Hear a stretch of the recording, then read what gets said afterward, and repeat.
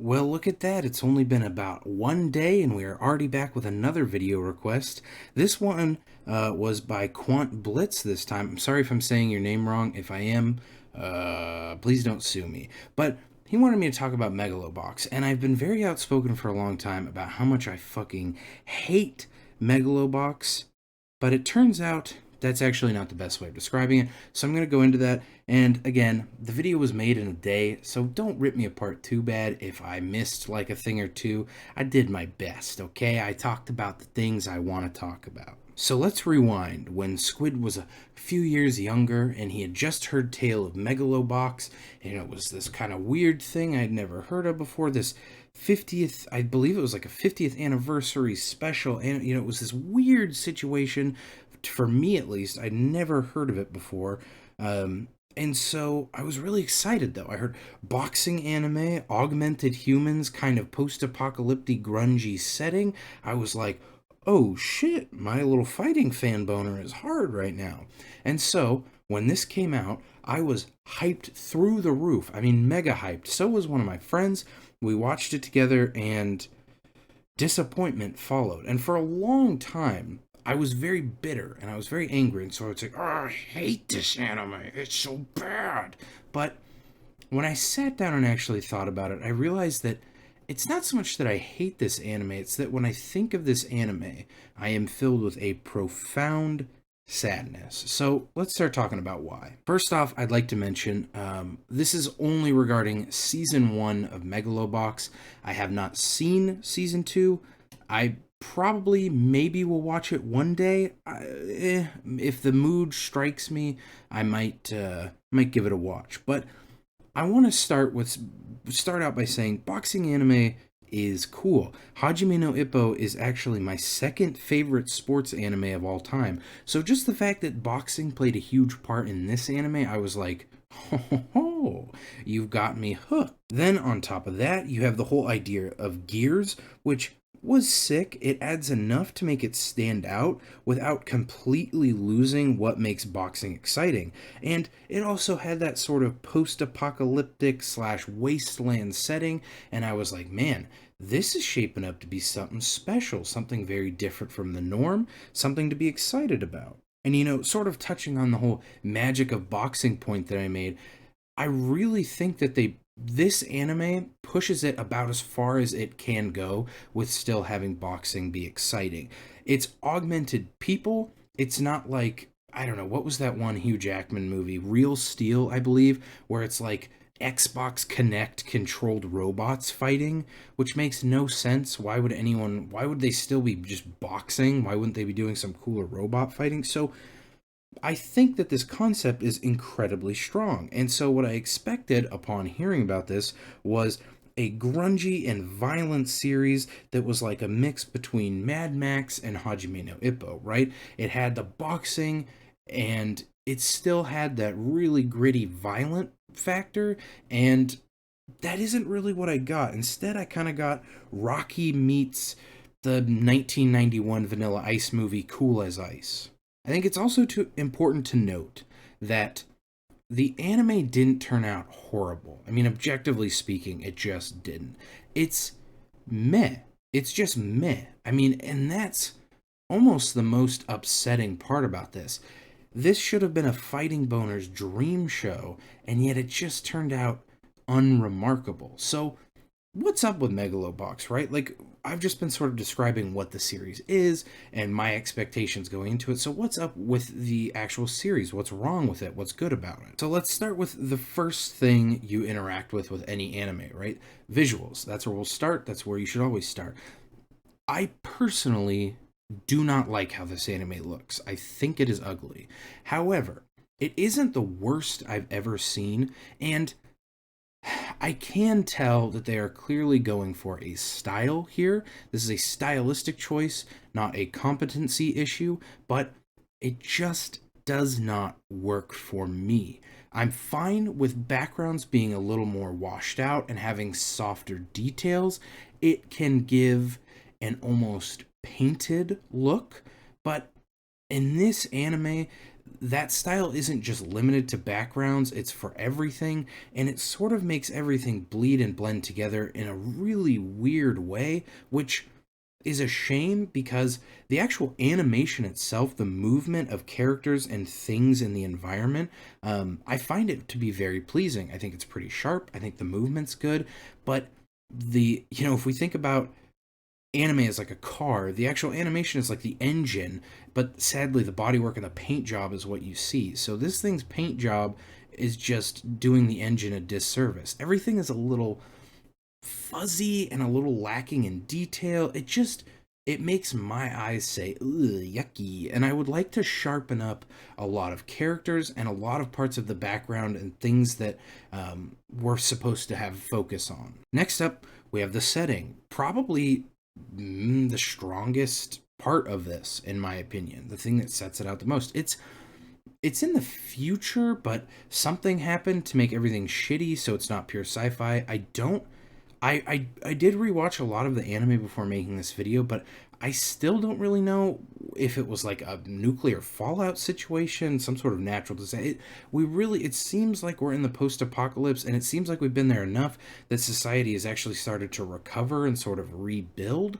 I think the best way to describe things like this, because there are, with this setting, there are like movies, there's been shows, books, think like Hunger Games, Mad Max, things like this, is it can be either futuristic or antiquated depending on where characters fall on the poverty line. So affluent people have cool future tech like Yuri's gear that like fuses with his spine and is crazy, and poor people have basically been knocked back down to like the early 20th century. So that's really solid. The only problem is this world has such an interesting concept, and we don't get to see very much of it. I would love to see more of this world, a lot more. I would love just static transition shots of random places in this world, because we start out by seeing varied locations that are really fun. Some of them are really, really interesting, and they almost take the focus out of scenes, like away from characters, because you're like, man, what in the world is going on here? Specifically, I'm thinking of me personally when the highway scene happens. I was so focused on just everything, the world, how everything was looked and felt, that I almost just stopped paying attention to the characters. But by the end of the series, we're always just seeing the same shit, and everything that we see that is new and unique is just really background. Or even just a part of a background. So I feel like the setting was wildly underutilized in this series. Now we find ourselves getting to my two biggest problems with this anime: the main character and the ending of season 1. So let's start with the ending, because why not? Who cares? So spoilers ahead. If you don't want to be spoiled about this anime that's like a few years old at this point, here you go. But we see Yuri and Joe, the last moments of the big fight between Yuri and Joe that the whole series has been leading up to, ends by us seeing them punch each other at the same time, and then boom, hard cut, completely different scene, never to cut back to the fight. We fast forward for a while to, or sorry, not for a while, to a while after the fight, and Yuri is just in a wheelchair. I guess future science can make insane fucking Alien versus Predator body armor that fuses to your spine, but it can't fix one pair of noodle legs. And I just want to say, I realized that this anime clearly had a message it was trying to get across. It wasn't just a fighting anime for the sake of being a fighting anime, but they took away the climax that the entire season had been building up to, and I hate them for that.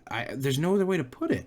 And I guess Joe won because he's still walking around and Yuri is rolling around in a wheelchair like a fucking transformer that got stuck turning into a Ford F-150 and just never changed back. And even if Joe didn't win the fight, he really won long term because he can still walk. Speaking of Joe, and the final thing I want to talk about is my biggest gripe with the show, Joe himself. Joe ruined show. I like gears. I like the concept of gears. I like the idea of boxing being elevated to an even more dangerous, even more high stakes event because of an exoskeleton that makes you faster and stronger. That is cool. That immediately catches my attention. Joe does not like this idea and decides to become Gearless Joe. That is his whole shtick. He fights people in gears while he is just naked. And again, I want to reiterate, I realize that this anime was trying to be about more than just fighting. However, when cool robo augmentations are in play, symbolism can suck my dick.